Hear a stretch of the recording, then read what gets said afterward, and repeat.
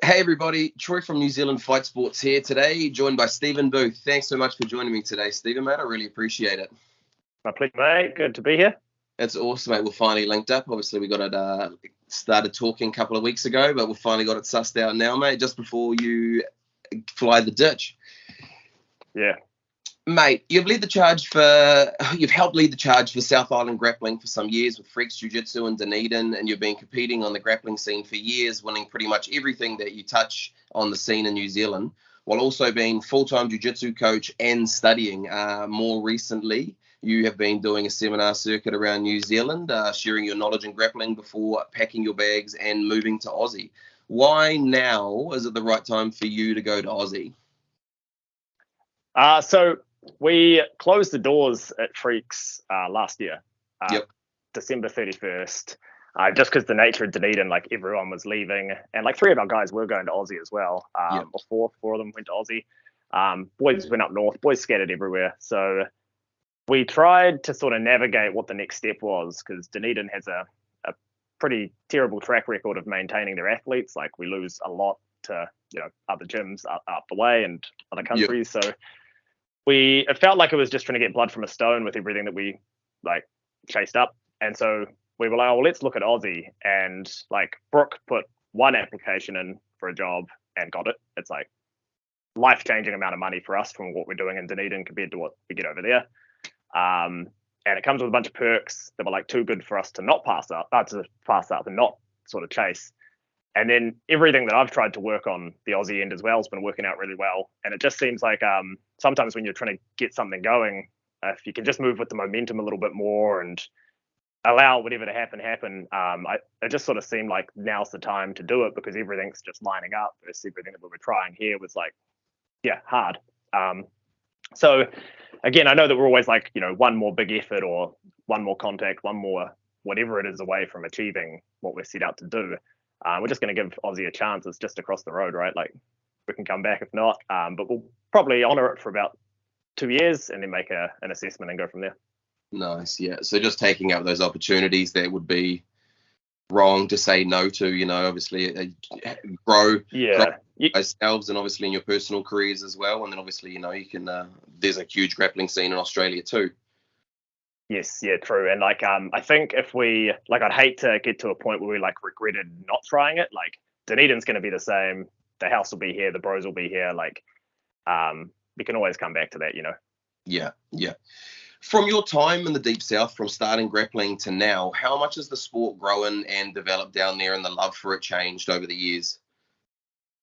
Immensely, immensely, dude. Like, it was Dunedin when I started jiu-jitsu 2014.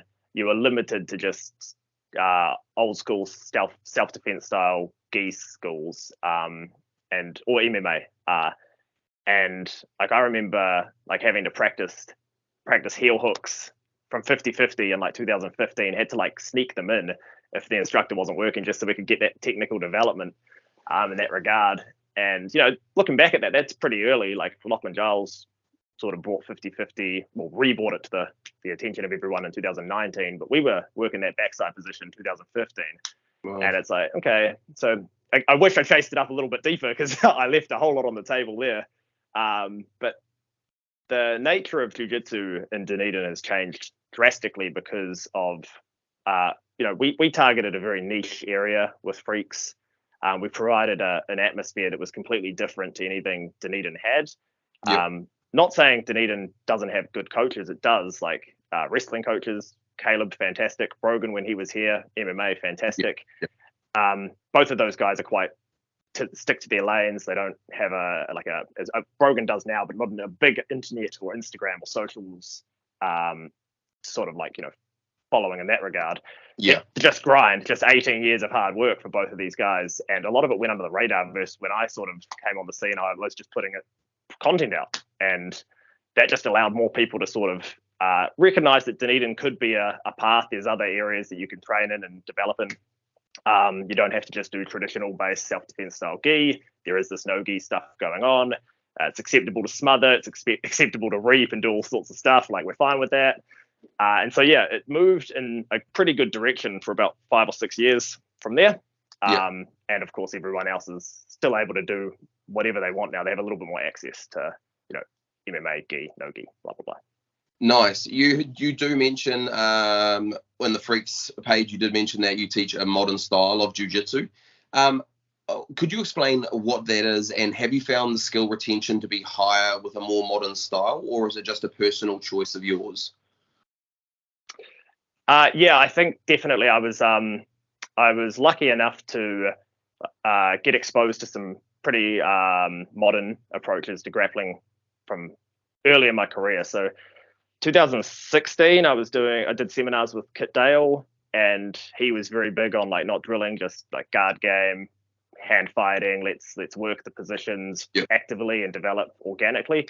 And then obviously in San Diego, it was situational and working within parameters of success. This is your win-loss criteria. I'm like, man, this is just way more fun than skipping around the mats for 15 minutes, going through mindless movements, then drilling, and then trying to roll and not really being able to apply anything that I've practiced.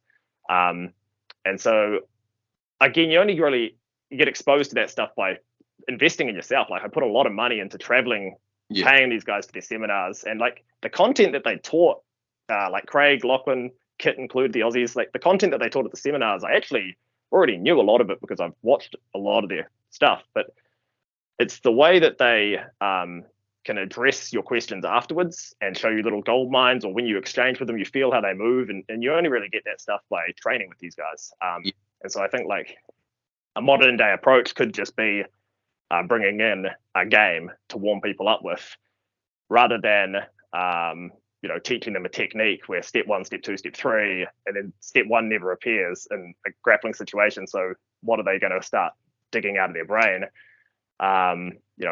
Lachlan's really good on like problem solving during rolls and just putting yourself in positions to actually, figure this stuff out naturally. And same with everyone else that I've sort of learned from in that regard. So I just replicated that as much as I could in a New Zealand context.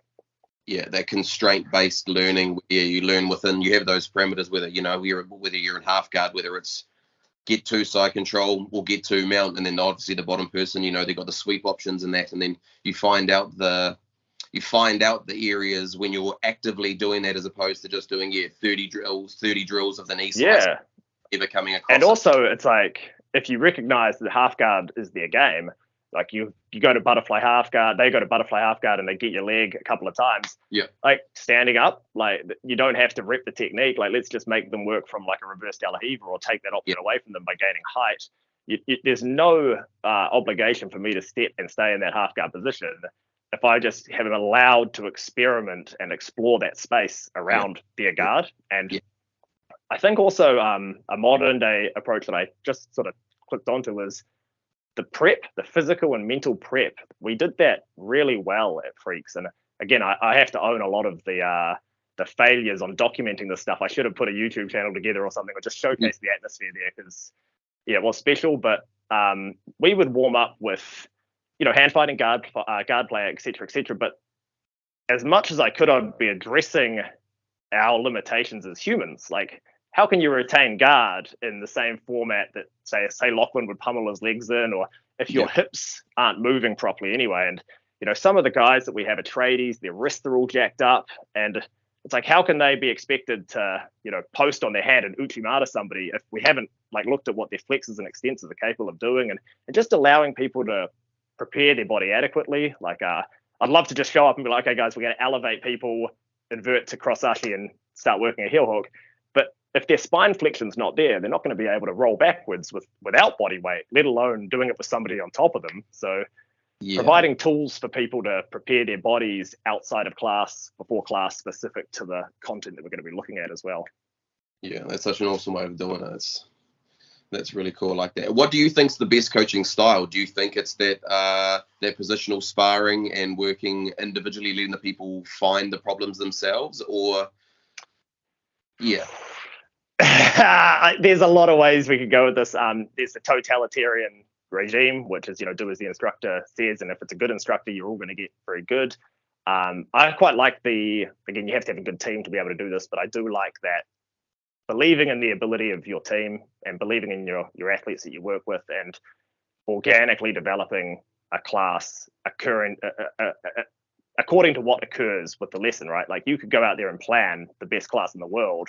You start teaching the first sort of technical concept or whatever, and you need to have that ability to adapt and recognize that maybe the level of your athletes is better, that their prior knowledge is better. Let's go in this direction, or maybe it's not, and let's take it in another direction.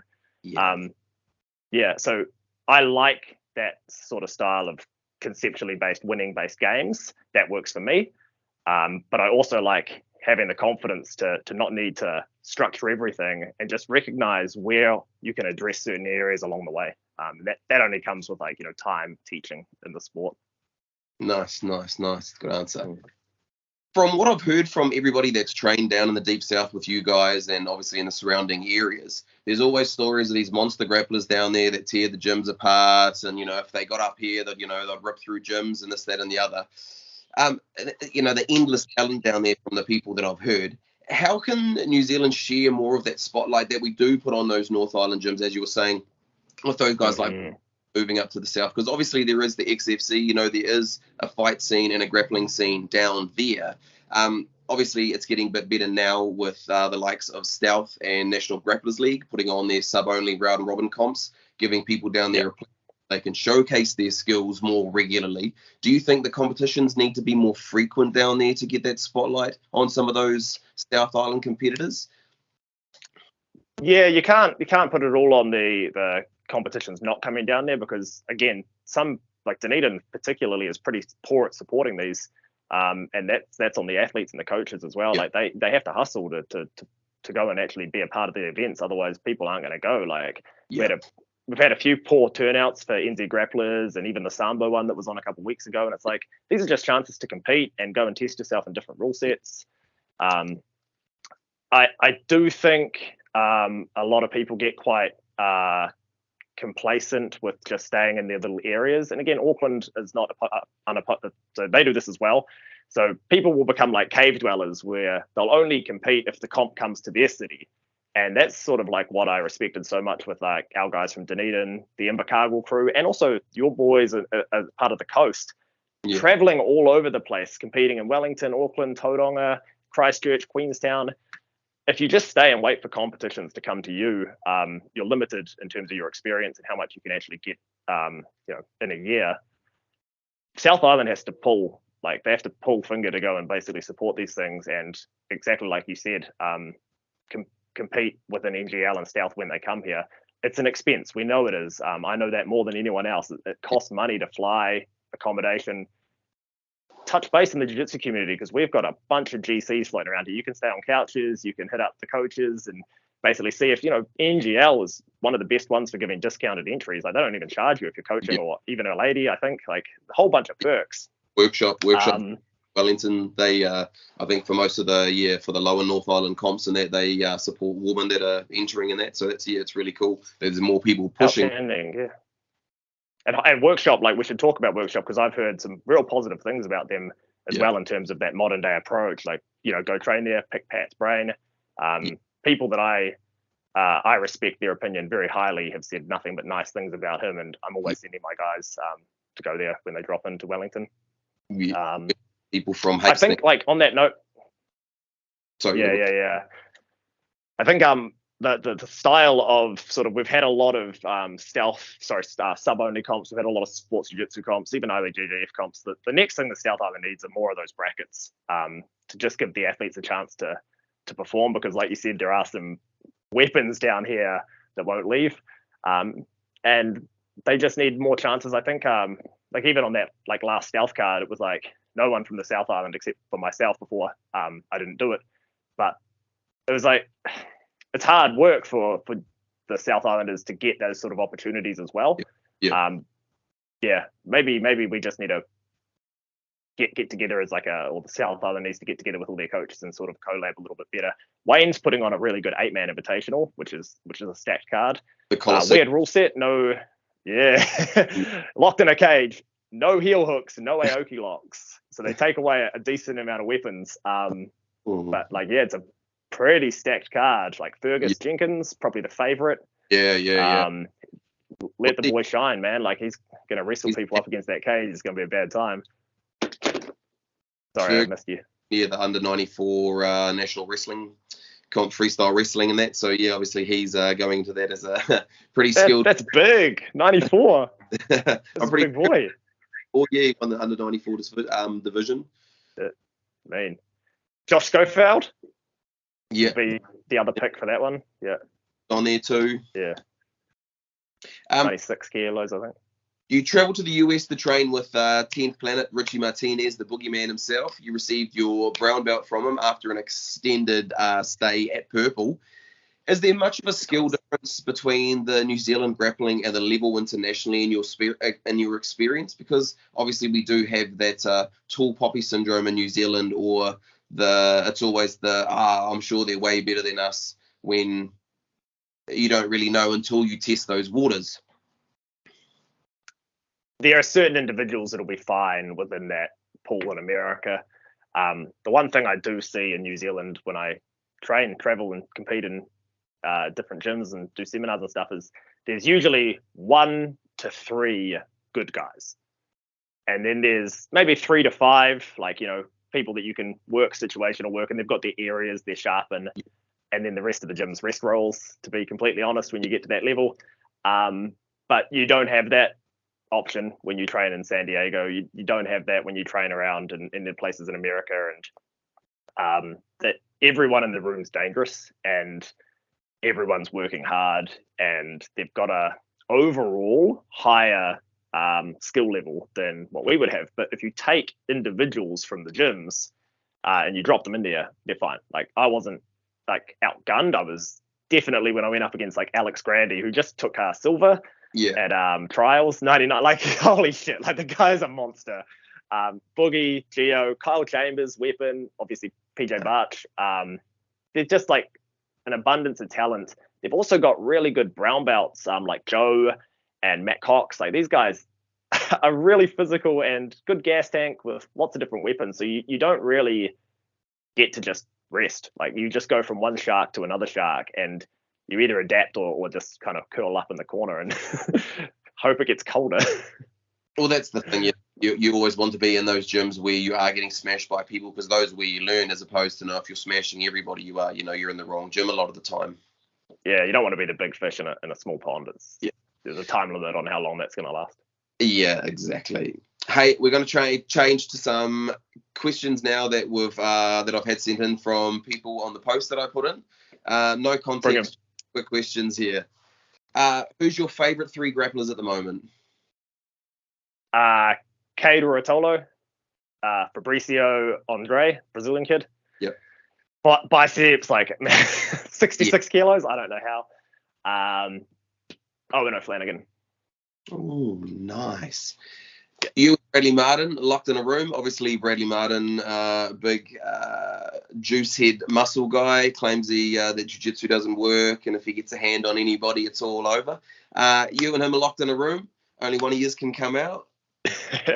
Out, and how long is it? Rear naked choke, to me, 3 to 5 minutes. I'd fatigue the man. Hopefully it's a decent sized room. I would hate to have that man squashing me against a wall, but eventually we'd get a breakthrough and we'd just put him away. Nice. Righto. Now, a lot of people have been asking me this. What's up with not wearing shorts over spats? Obviously, jiu-jitsu, you're either shorts or your spats only. Why have you chose the spats only lifestyle? Okay, so I discovered spats only by accident. And once I felt that range of motion and movement, I never looked back. It was like, full disclosure, I won't name the brands, but I've ripped a lot of shorts from thigh to hip, and they become like Muay Thai shorts. They dangle in the wind. I had to wear like A3 gi pants, but like an A2 gi when I was doing gi. So if I was putting in, when I was like 15 to 17, I was doing like 100-kilometer running weeks, cycling a lot. This is just to get to school, man. Like, this isn't even including all the training outside of it. And so I developed like quite girthy hocks of ham, and I don't like rolling in shorts. They roll up, they catch, they're always ripping. And so I put spats on, felt that level of freedom with full range of motion, and I was like, this is fantastic. So in terms of sort of like how I discovered them, I was actually putting spats on, and Sasha Bryce's partner came over to me at a 2019 comp, Yeah. and she's just like straight up like, I can see your dick. And I was like, oh shit, she can. And I was like, well, it's only her and Brooke in this room, so the damage is already done. It's just a bunch of dudes in here anyway. So I was like, fuck it, like let's just compete in them. And, like, Yeah. just win with it. I like the confidence. It's great. What? Another note is when someone before you go is when you guys have that spats only culture, it did trickle into freaks. Like your guard retention goes through the roof. When you see like some hairy dude's legs with the spats are starting to roll, you're like, I'm never letting you get to north-south, like ever. And you get realistic, like fair responses that create scrambles. It's a great time. No. Well, what's the strongest animal that you think you could beat in the fight? Kangaroo. To the death. To the death, kangaroo. I wouldn't fuck with any of the feline species, like even like a small ocelot or like a baby leopard. Like, nah, I don't trust them. Kangaroo, I reckon I could take out. Oh, that's hard out. Man, I've been attacked by some help. They definitely come hard. I mean, I could be wrong. I might die. But yeah. I like the confidence. If it's in the water waiting for you, though, don't go in. It's going to bloody drown you. No. Yeah, not going there. Now, this is a big question. Yes or no to steroid use in BJJ? I'd love to see them test, like, just in two regards. One, like safety of the athletes. We're not getting like punched in the head, but we are getting cranked and like joints get jacked up, bodies get broken. Obviously some of one of our guys was like, Acai sponsored up to about 100 kilos, and it's just a big difference when you put hands on it. You feel like you've been hit by a bus. Yeah. And I think like I'd like to see testing. Obviously, we don't want to lose all the exciting competitors that are, because Mo's not going to do anything about it. Guys are going to keep going, but I'd like to see them fail tests and still be able to compete. But then, like somewhere down the list, like 13th best grappler's natural, and like then the right companies could start supporting that guy. Yeah. If you know what I mean, like there's a bunch of people out there that are natural and deserve that support going through their 30s. Like, yeah. Nice. So make it more of an open approach. Don't discriminate people that are using juice or whatever they're doing, but highlight the people that are clean. Bingo. Yeah. Give them that praise that they deserve because they do. Nice. Righto. And this is a little bit of an insight on you. What's the strongest two parts of your game and two weakest parts of your game? Yeah, strongest part's probably problem solving. I feel like sometimes I roll or compete against people, and over time, I can like rise to their level and then start to problem solve them and go in the direction that I need to take the match. A lot of people have very sharp weapons, like 1, 2, or 3 sharp weapons. And if you go there, like fuck, it's jiu-jitsu. They've all got the breaking mechanics. They know how to do it.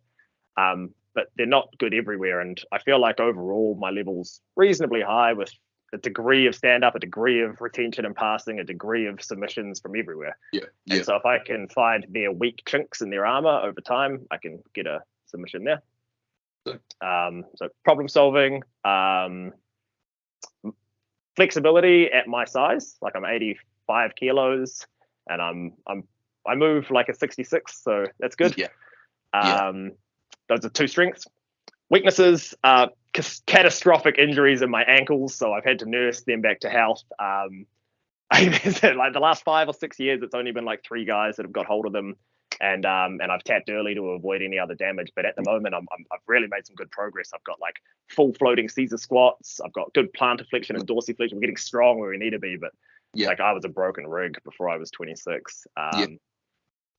That's nice. Probably they take one ankle each. yeah. 2 is one. It's nice. Hey, Stephen, mate, I really appreciate you coming on today. It's cool to have a yarn with you and hear some of your thoughts and insights on things, mate. I really appreciate it. Hey, we wish you nothing but the best in Australia, and obviously we will keep following you on social medias, and I'm sure you'll be back for some roles here at some stage. Oh, absolutely, mate. 100%. Awesome. Stephen, cheers, Thank mate. You.